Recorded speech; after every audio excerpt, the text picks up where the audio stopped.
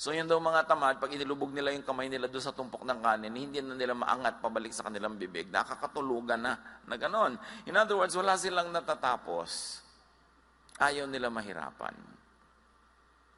A sluggard is wiser in his own eyes than 7 people who answer discreetly. At may isa pa na ugali ang mga tamad, they have very strong opinions. Alam nila. Magaling sila at sila ang tama. Magkakambal yan, yung katamaran at katigasan ng ulo. Ang tamad, yung kayang gawin, pero ayaw gawin dahil ayaw gumawa. O kaya, kayang gawin ng mas magaling, pero hindi ginagalingan para madalian. So kung tayo ay may kapansanan, may sakit, hindi katamaran yun. Ang tamad ay yung kaya, pero ayaw balikatin, ayaw gawin. But laziness had primitive adaptive function. Sa mga dami na nang nanuri niyang fenomeno ng katamaran, kanilang napagtanto na ang katamaran ay may magandang gamit noong unang panahon.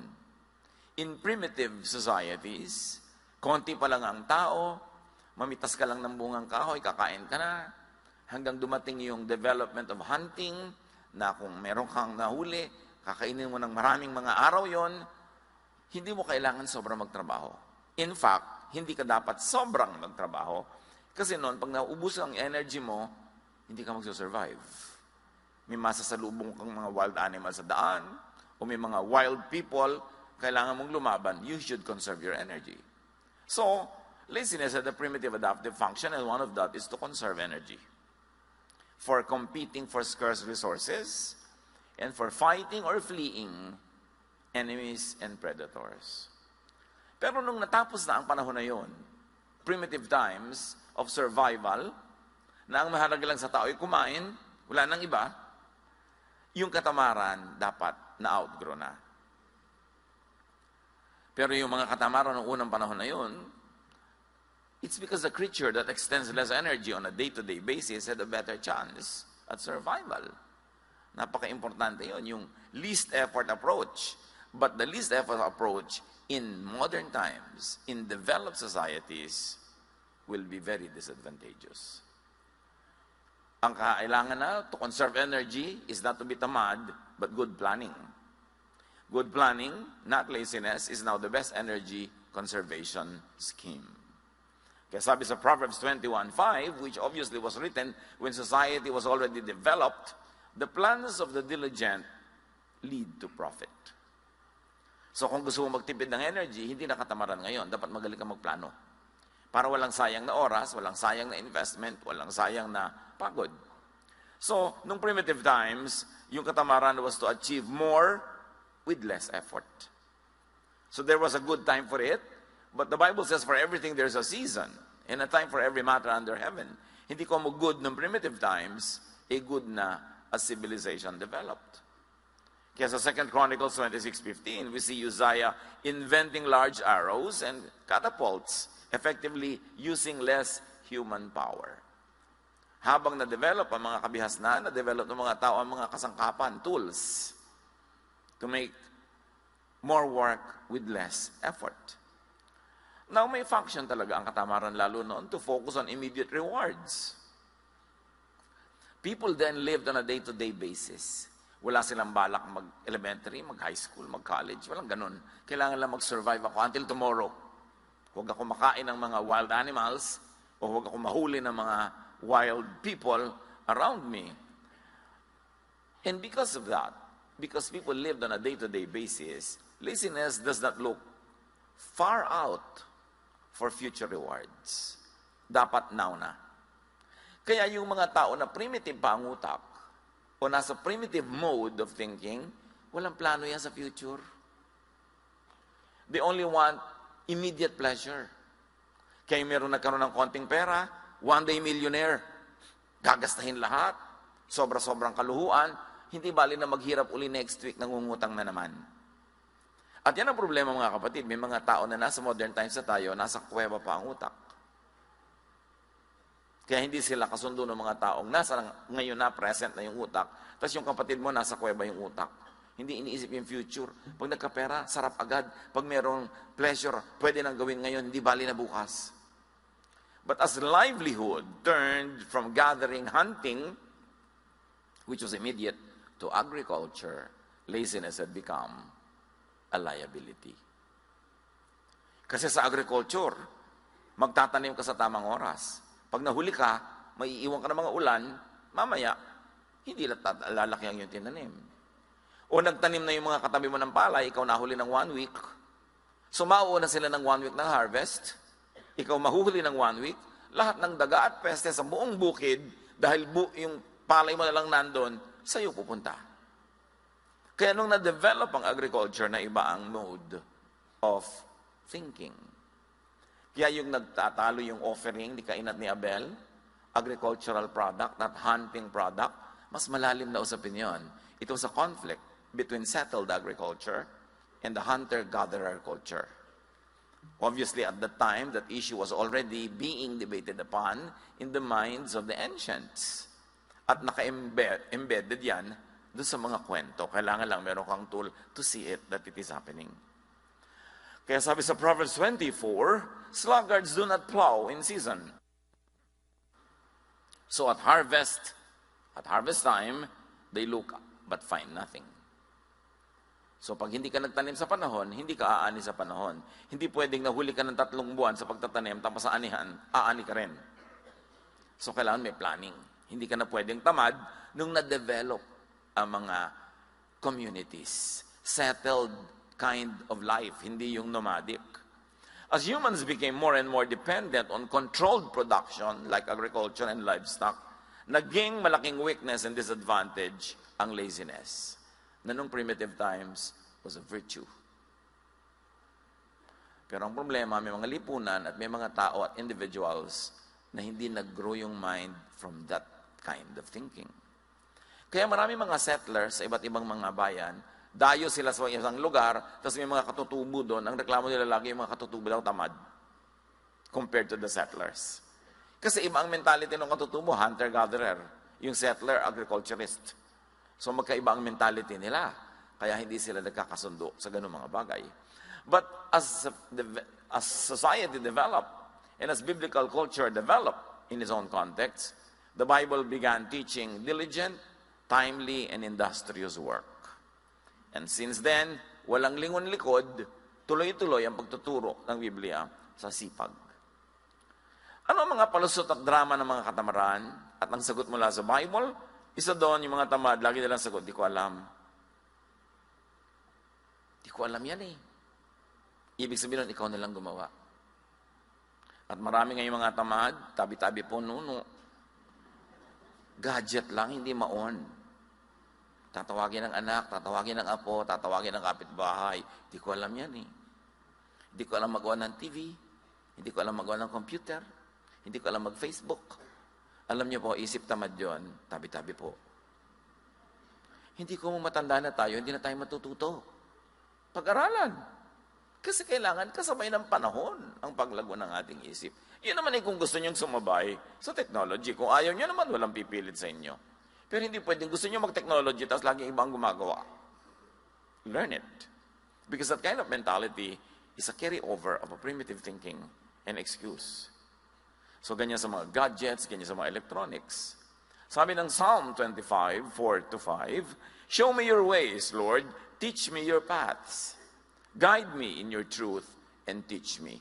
The general idea here is to be teachable. And what does it mean to be taught? It is to be taught something new. Because you don't need to be taught something old. So, pag teachable ka, willing ka laging alamin ang bago.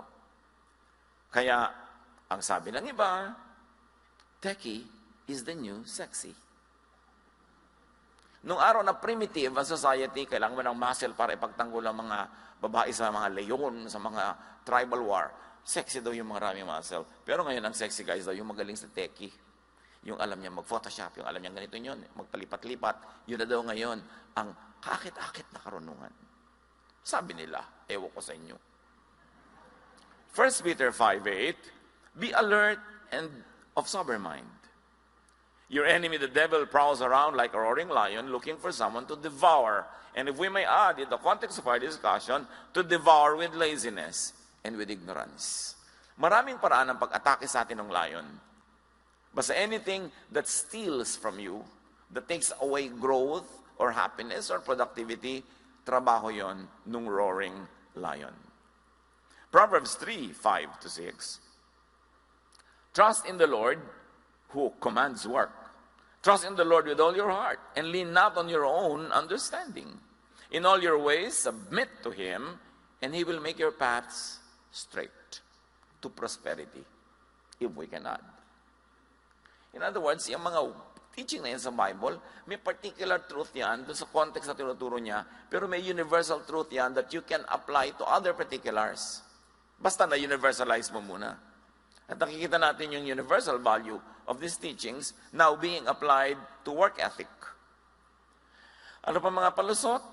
Drama ng mga tamad. Baka mag-fail, baka tayo mapahiya, wag na lang.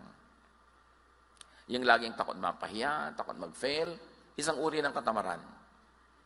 And because of that fear, you will be imprisoned and you will be in shackles and you will not be able to be free to do what must be done or to do what you could do. Kaya ang sabi ng Ecclesiastes 11:4, whoever watches the wind will not plant. Whoever looks at the clouds will not reap. Pag lagi ka doon natatakot mag-invest, natatakot ka magtanim, natatakot kang may simulan na project dahil baka hindi matuloy, baka sumama ang panahon, baka hindi mangyari ang gusto mo mangyari. Iyan ang mga kahit kailan ay hindi aani. Dapat willing ka na tumaya. You minimize the risks, you maximize the potential of success, but still, you should take risks. Kasali yun. Some people believe that their talents, their abilities and intelligence, or lack of it, are set at birth. Wala na silang ginagawa para i-develop ang sarili nila kasi iniisip nila lahat ng pwede nilang malaman at lahat ng pwede nilang kakayanan ay nung palang isinilang sila yun na at wala nang papalitan. But you know that the Bible always teaches development and growth. So keep changing. People of God, keep growing your mind. Ang tanging kulungan ng tao ay ang kanyang isip. Pag yung isip mo nang sabing, hindi ko kaya, hindi mo nga makakaya. Pag sinabi mong ayoko, hindi mo na nga magagawa. Pagka ayaw mo, yun ang limitation mo.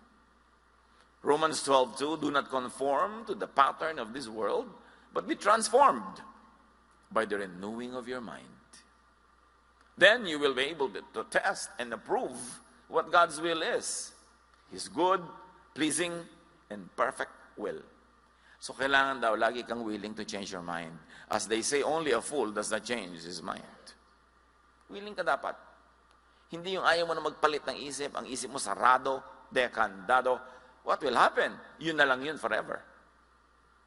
People grow with change, with practice, and with effort. And growth is a primary duty of life. Dapat nag-grow. Parang yung natatandaan ko isang drawing, yung caterpillar at yung kanyang kamag-anak na caterpillar na naging paru-paro na, may pakpak na. Si caterpillar para paring worm. Sabi ni caterpillar kay paru-paro, you changed. Sabi ni paru-paro, we must. Dapat nagbabago. Yung mga kaibigan mo sa baryo nung araw, pag uuwi ka doon, sabi niya, ay, nagbago ka na. Dapat. Alam naman hindi tayo magbago. Ikaw, ayaw mo magbago?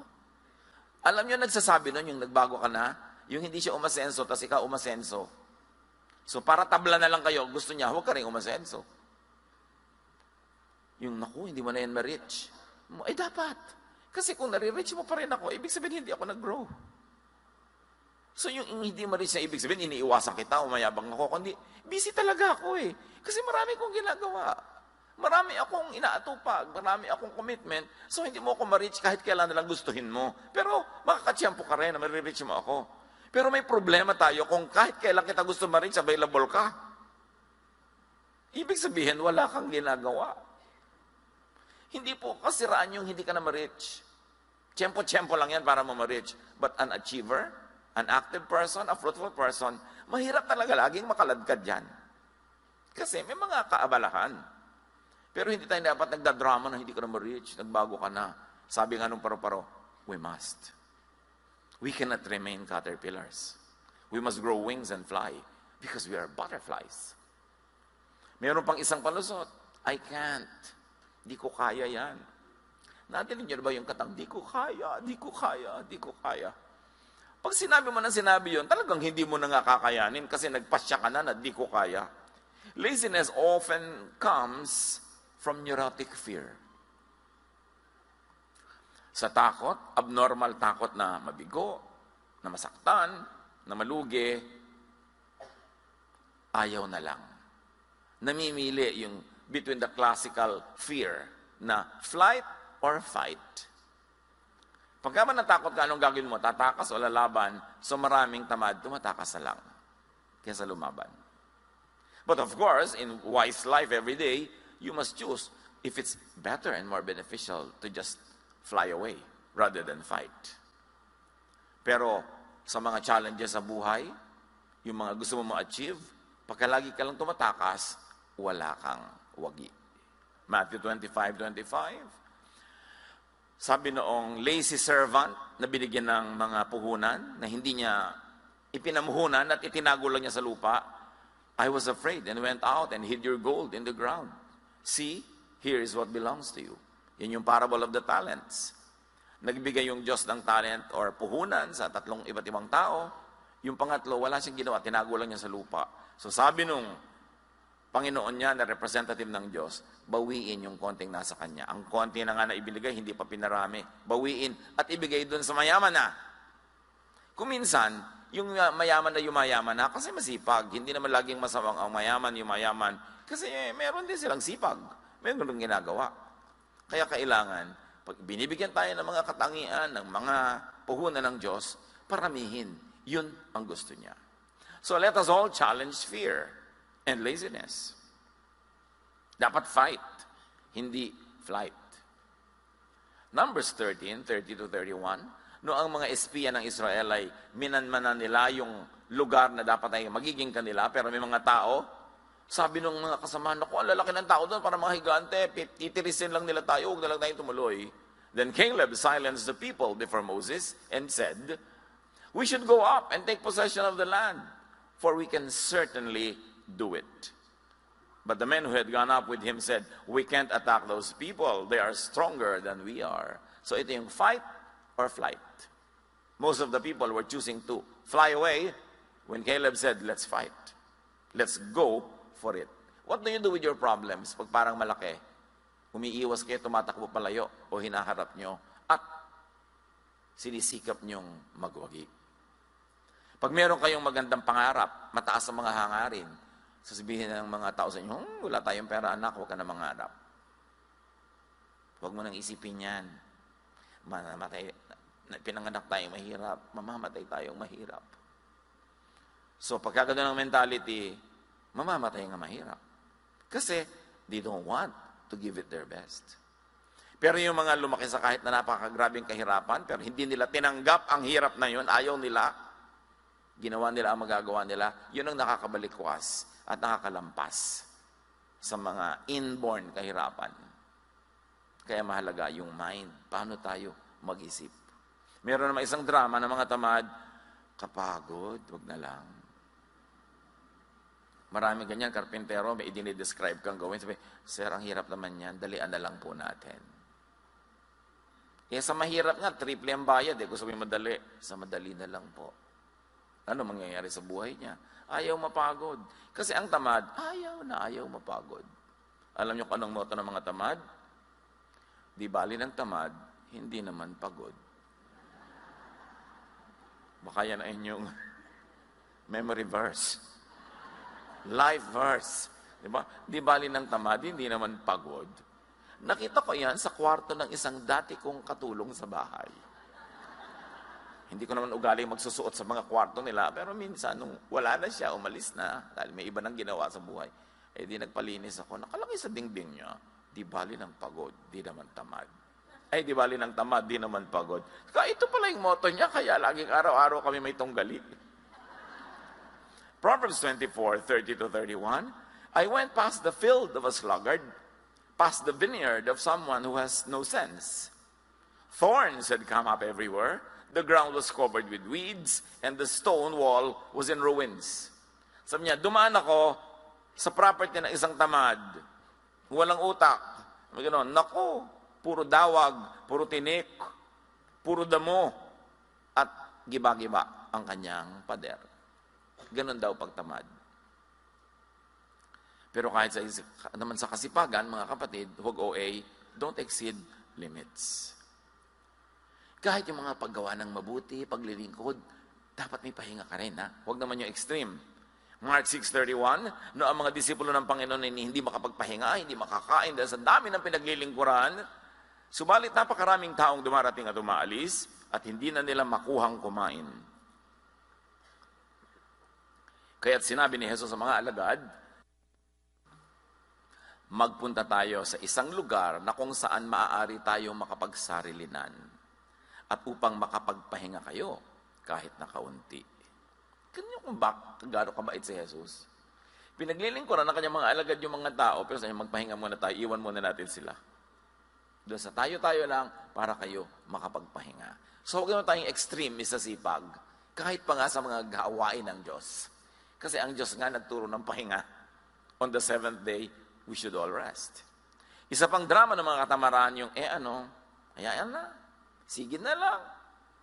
Ecclesiastes 10:18, through laziness, the rafters sag, because of idle hands, the house leaks. Pag daw tamad yung tao, lumulundo na yung mga bubong niya, tumutulo na mga bubong, wala lang. Sige lang, okay lang. At hindi dapat ganon. Ganon din sa katawan. You maintain the house, but you also maintain the temple of the Holy Spirit, which is the body. Hindi ka dapat tamad sa hygiene at hindi ka dapat tamad sa healthful habits. At isa pang drama ng katamaran yung if only. Kung pinanganak lang sana akong mayaman.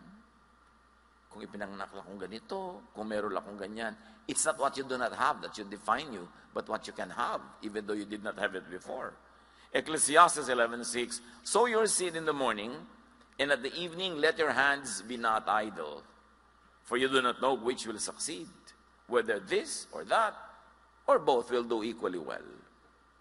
Sabi niya, alam niyo, hindi niya naman alam kung alin sa mga itinanim niyong tutubo, alin na mamumunga, so dami-damihan niyo ang tanim. Iba-ibang pananim, mag-diversify ng konti, kasi hindi niyo alam kung alin ang mapagpapala. So, increase your chances at success. Isaiah 43:18, forget the former things.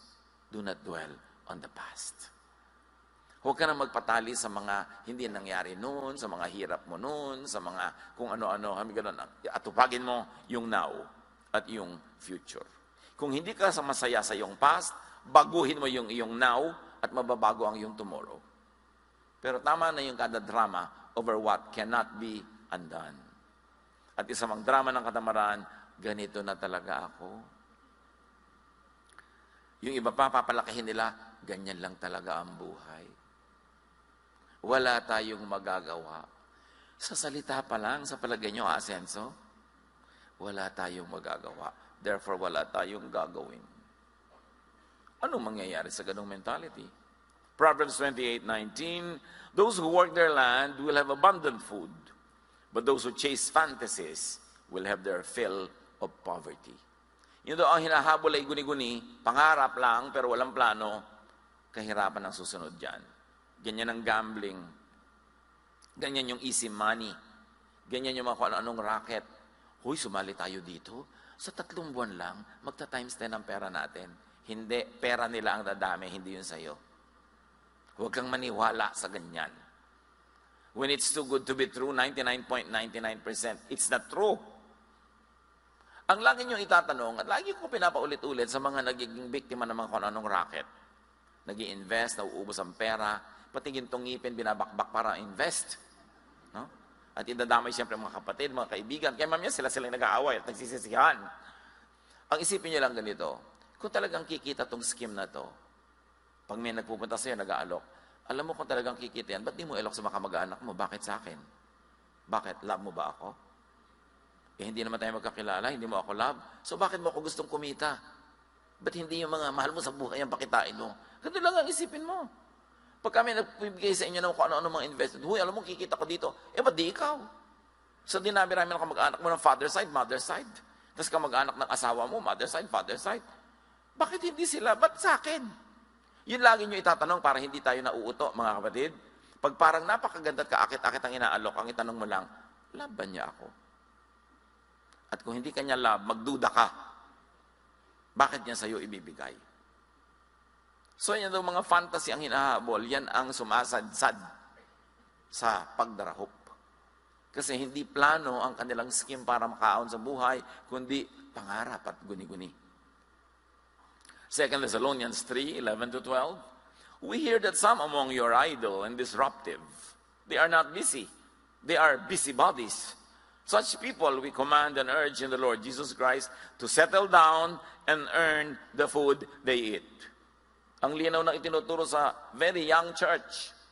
Kasi marami sa young church, akala nila dahil Jesus is loving, dahil because we love, therefore hindi na ako magtatrabaho, bigyan mo na lang ako. Therefore, may sakit ako, ipagamot mo ako. Therefore, nangangailangan ako, ibigay mo na ibigay. Ang daming abusadong Christian. Kasi akala nila, ganun ang ibig sabihin ng God's love. Kaya marami sa mga churches, pagka medyo may kaya ka, tapos may sister, diba? Mag-isip-isip ka, diba? Kabala ka na niya utangan next week. Yung pa-sweetie-sweetie pie sa'yo, diba? Sister. That's why I always advise people, meron kang sariling kumpanya, gusto mong mag-Bible study doon, kumuha ka nila ng ibang teacher. Huwag ikaw. Unless talagang kinausap ka ng Diyos, dapat ikaw. Kasi ma'am, yung mga empleyado mo na naging sister and brother ka na, abusuhin ka na. So magpadala ka ng ibang teacher doon, pag pumapasok ka sa office nyo, ang tawag pa nila sa'yo, ma'am, hindi sister. Kasi ang daling umabuso. Sabi ko sa inyo, magtrabaho kayo para kayo kumain. Huwag pa kayo magpaka-sister dyan. At pagka binibigyan kayo, sige, pero huwag niyo obligahin dahil lang sister, brother. Hindi ganun ang turo ng Diyos. Abuso yun ng maraming tao. Isa pang drama ng mga tamad, nakakahiya. Kakambal kasi ng katamaran niyang hiya. Kung bakit nahihiya magtrabaho, pero hindi nahihiya manghingi. Nahihiyang magbanat ng pawis, ng buto at magpapawis. Nahihiyang makita na nagtatrabaho ng mga menial job, so to speak. Walang menial job. Pagka pinagtrabahuan mo yung kinita mo, napakarangal nun. Pero yung mga tamad, nahihiya pag marangal ang ginagawa, pero hindi nahihiyang mangingi. Sabi nila, nakakahiya. Proverbs 4:23, above all else, guard your heart, for everything you do flows from it. So guard your heart, guard your mind. Ibig sabihin, pakaisip-isipin mo nga kung anong iniisip mo at piliin mo kung ano ang dapat ikahiya. Hindi dapat ikahiya ang pagsisikap para kumita. Ephesians 5:29, after all, no one ever hated their own body, but they feed and take care their body, just as Christ does the church. So what? We have to take care of our body, we have to feed our body mula sa ating pinagpaguran. Liban na lang tayo sobrang bata, sobrang tanda, o sobrang hina at may sakit. Earn your food, earn your maintenance. At kung hindi tayo yung lazy,